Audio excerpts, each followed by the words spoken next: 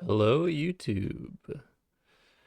Welcome back to my Uncovering Unfinished Business series.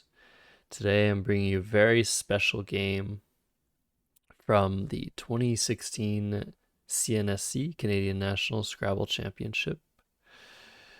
This was the first time that I had played in the Canadian Nationals.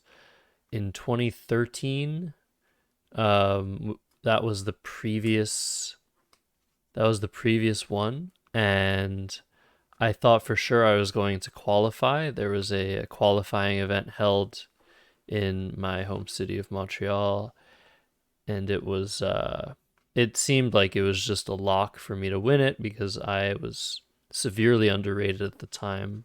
However, I did very poorly in that tournament and did not end up qualifying. So this was my first ability to qualify for the event, as in 2016 I had achieved more than enough rating gains to do so. The Canadian National Scrabble Championship is different from the National Scrabble Championship in that it is a top around 40 players. Sometimes it's a bit more or less that participate in Canada. So it's basically first come, first serve based on your peak rating. And so as a result, it's a lot more prestigious than the national championship, where anybody can play as long as they've played in a tournament. National championship, of course, being the North American championship. So anyone can play in that event so long as they've played in a sanctioned tournament before, and they can even play in the top division if they choose to. So anywho, that's just a little background on the tournament. And I don't actually remember what round this was.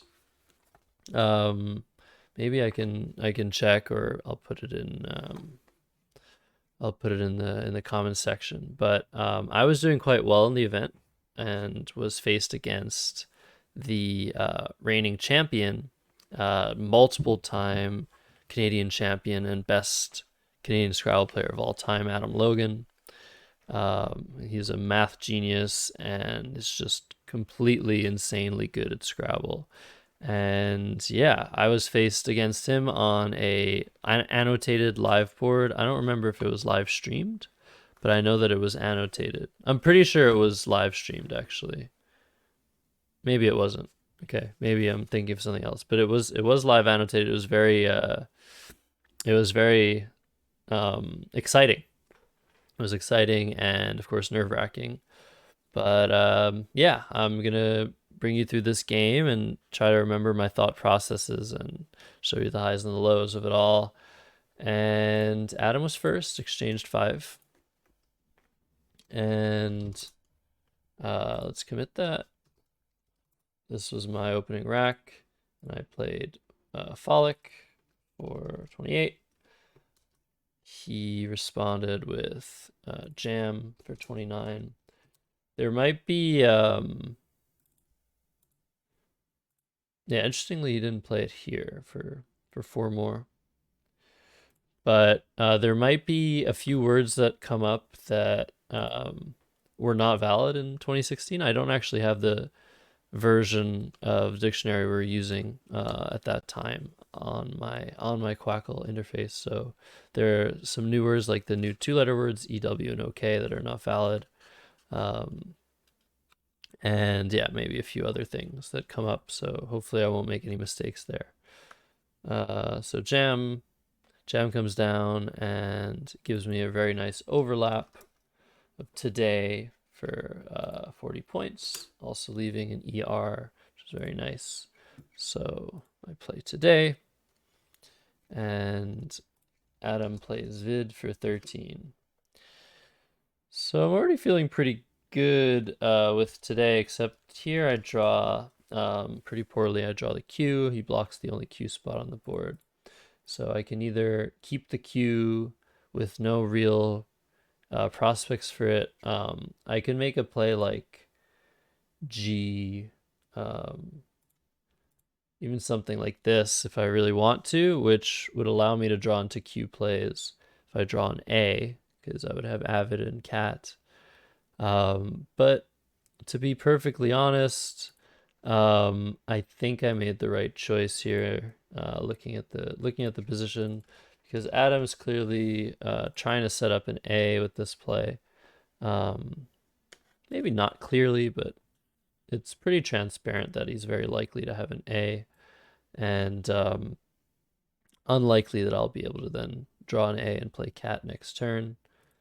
But yeah, Fadge scores 20 points, so it's an okay idea. If I draw an I will have a very weak QI spot.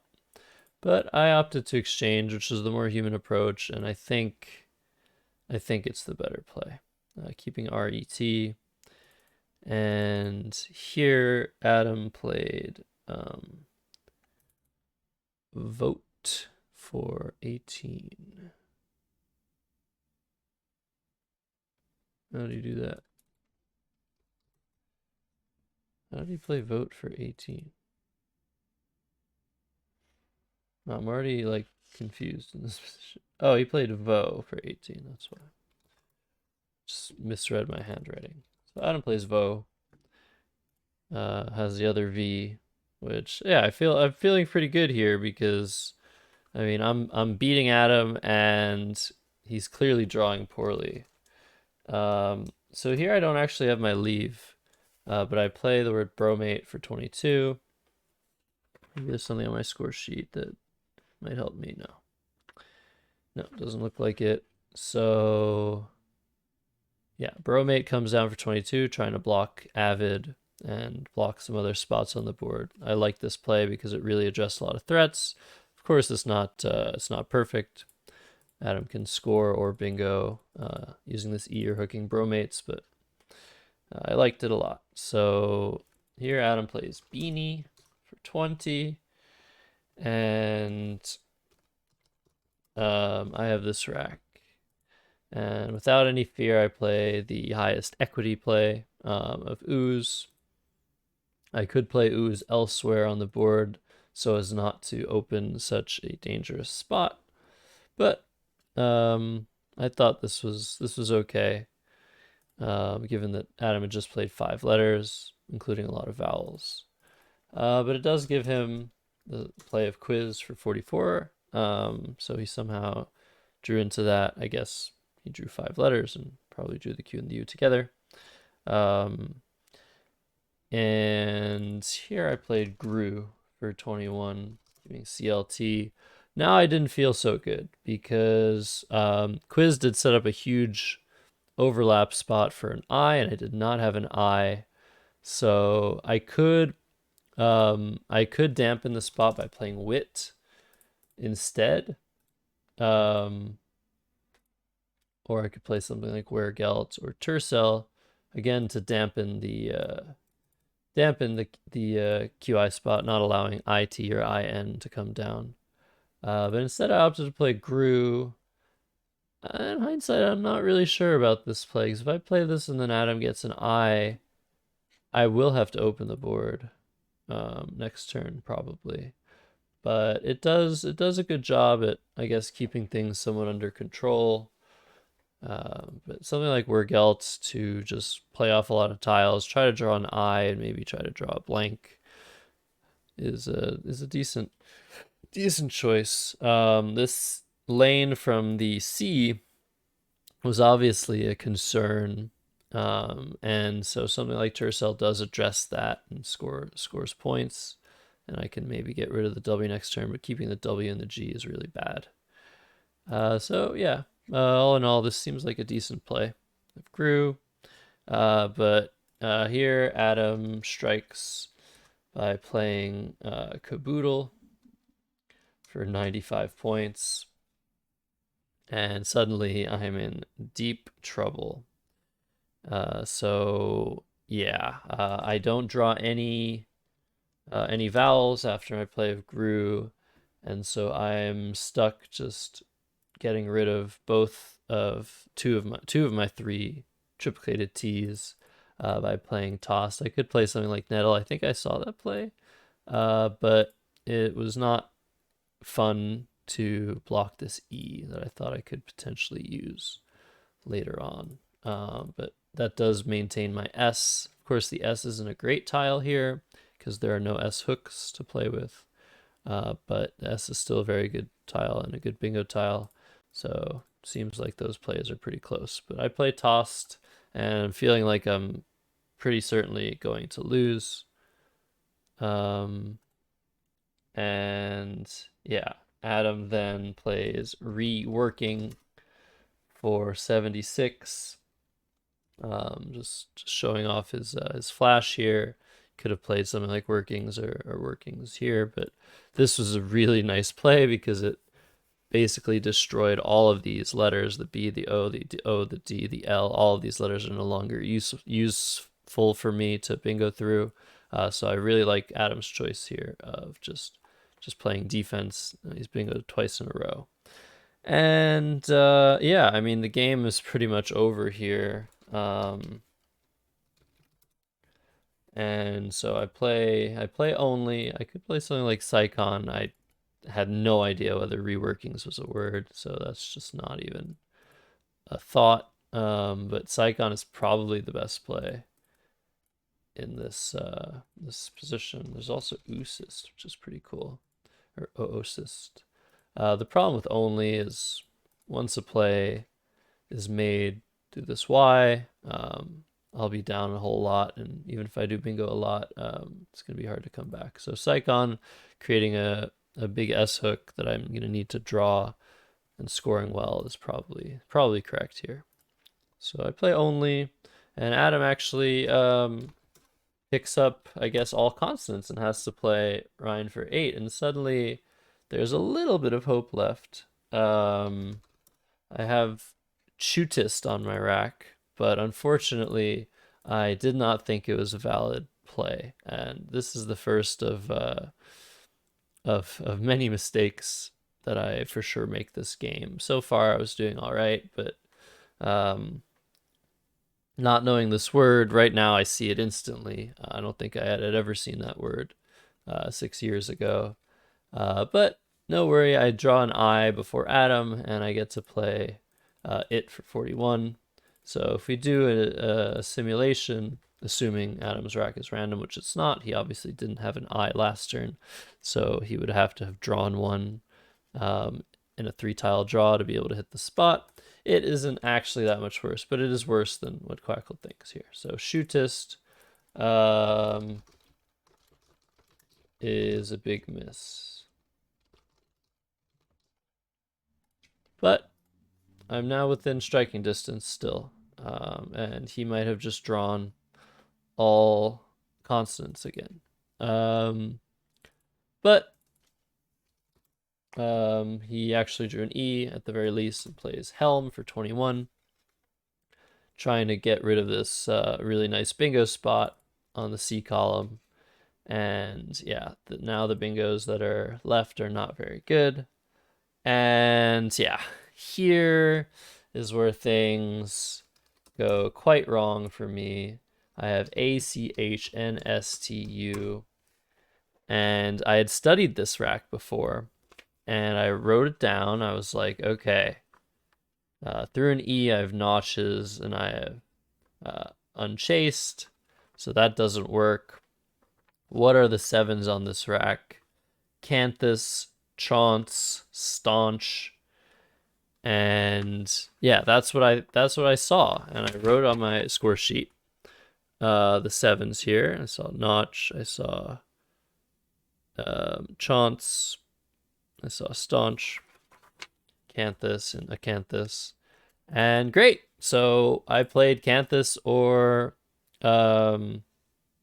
Chaunce at B3, right? Wrong. I made a completely insanely stupid error here and completely forgot that SH was a word. Just forgot. I thought, okay, US doesn't work. I have to put a vowel next to the H, and I can't do that. Canthus, Staunch, that doesn't work. Chaunce doesn't work. And none of my bingos play. Completely and utterly ridiculous to have seen the bingos and just miss a 2-letter word. So instead, I play notch for 30, completely spacing on SH. And vision saddest. I very rarely make poor vision mistakes like this, but yeah, here we are. So notch comes down, and Adam plays fa for 28. And now the board is very nicely contained.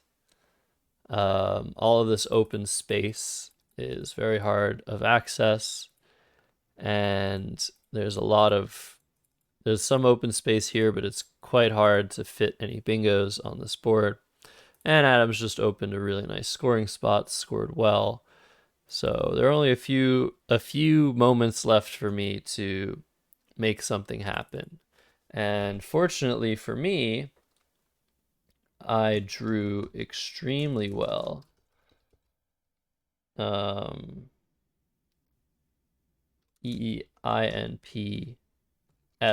blank. And so, of course, I was drawn to this H, where I could potentially draw into a triple. So I thought about the position, and I thought about the word Henry's and the word in here's and the word reshine. I was like, reshine. I think that takes a P for pre-shine. But I'll keep looking because I'm not very sure. So I keep looking and I don't find anything other than pre-shine. And I'm like, well, if I don't bingo through this H, it's very unlikely that I'm going to win the game. Even if I bingo from the E and score 80 points, I'll be down 2. There'll be 4 in the bag, and Adam will almost certainly be able to calculate very, very strong play, if not 100% winning play from his position. So I felt the need to triple. And I think that analysis was correct. The problem is the play of pre-shine is not valid. And of course, Adam would challenge this because even if he's unsure, this is a winning move for me. So it's a completely obvious and free challenge, and the word comes off the board. Now, sadly for me, pre-shine has an anagram, and that anagram is in sphere. So in sphere is valid, n sphere is valid, and at this point in my life, I had not learned that. And of course, after the game, I knew that I would never make this mistake ever again. Reshine does not take a P. So, missed my golden opportunity there. Adam plays graph. He sees in sphere and he's like, well, I'm not giving him a second chance. And here I have a couple bingos that still managed to fit on the board. And I play epigenes, which I'm like, well, I guess I'll play this, but it's going to lose. And it's going to empty the bag. And epigenes is also not a valid word. So, again, I make an incredibly silly word knowledge mistake against the best player in Canada. But this time, he does not challenge. He holds, and he ends up letting it go. Now, you might be surprised by this. He's like, this is Adam Logan. He's the Canadian GOAT. Like, how could he do this? Well, the point being, his rack was, what was his rack? Played sinus for 21. So here he played sinus. I played Ali. He must have kept like XI on his rack. I play Ali. Where did I play Ali? Here. Or maybe XU. Was it XU? No. Well, maybe it was. Or maybe it was EX. AX. Wax. Yeah, that looks like it. That's what it was. Wax for 13. And he wins the game. So, if we go back to this position where... Could that possibly have been his rack? Why didn't he just play Oxen? Yeah, he had just Oxen for 42. Interesting. So if Adam passes here, and I play Ore, do I win? That's the question here. It's unclear. If I play Ore, he does have some wins. Okay. Well, still an unclear endgame position, but one of the reasons he probably didn't challenge Epigenes is because he thought he might lose the game if he challenged and it was invalid. But Epigenes does sound like a word. It just isn't. Epigene is a word, and it doesn't take an S. So my valid play there was Epicenes for 80, which Epicene doesn't sound like it takes an S. It sounds like it refers to like a historical period of time. But again, I could have designated the blank as a different letter and it would have been a valid word. But yeah, so Epigenes happens. For some odd reason, Adam misses Oxen. Or maybe he doesn't. Like maybe it has to be the best play, right? It's 42 points. Just going to check the endgame solver here. He might not be able to go out after it, but yeah. The second best play. So he probably just missed the word Oxen. I play a Lee. He goes out with Wax. And that is the game. So I lose 365 to 427, which considering that I lost a challenge, that I missed bingos here, missed a bingo here, it's pretty good. But yeah, another reason, by the way, that Adam didn't challenge Epigenes, his word knowledge isn't actually his forte. His word knowledge is extremely good. Probably as good as anyone in Canada, but his strengths are play finding, calculation, and strategy. So that is why he is known as a computer. He's known as just the best Canadian player of all time. He's won a world championship. He's won nationals, I think. He's just incredibly achieved player without having perfect word knowledge. I asked him once if he had studied all the words. He was like, no, there's like a lot of longer words that I don't know. But he had studied all the 8-letter words. Just this one is just particularly tough to remember. So yeah, that was the game. I wanted to bring you guys through that game. It was very, very upsetting to me to learn not only that I had SH here, which is just completely boneheaded, but that there was a valid triple, which is less boneheaded. It's just a word knowledge thing, but still very, very disappointing that I had my shot at beating Adam, and I could have gone on to potentially win the whole event. Turns out that event was won by, I think it was won by Adam, I think. Or was that the year that James won? I actually don't even remember what happened. I ended up doing some live commentary for the games that were live streamed, the finals games. And I don't even remember who won the tournament. That is ridiculous. I'll have all that information for you guys, either in the description or the comments section. But yeah, that was the game. Bringing you back to 2016. This is a very important game for me.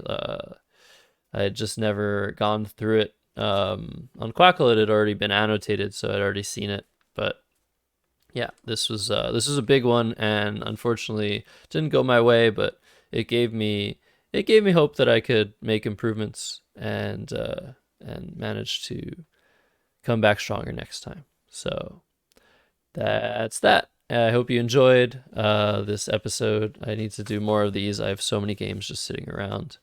But I think my next video will be the start of a more recent tournament that I played in July, the Scrabble Players Championship, or the National Scrabble Championship, as most people know it. Not the Canadian Nationals, but the North American. So looking forward to bringing you guys that, and I'll see you soon.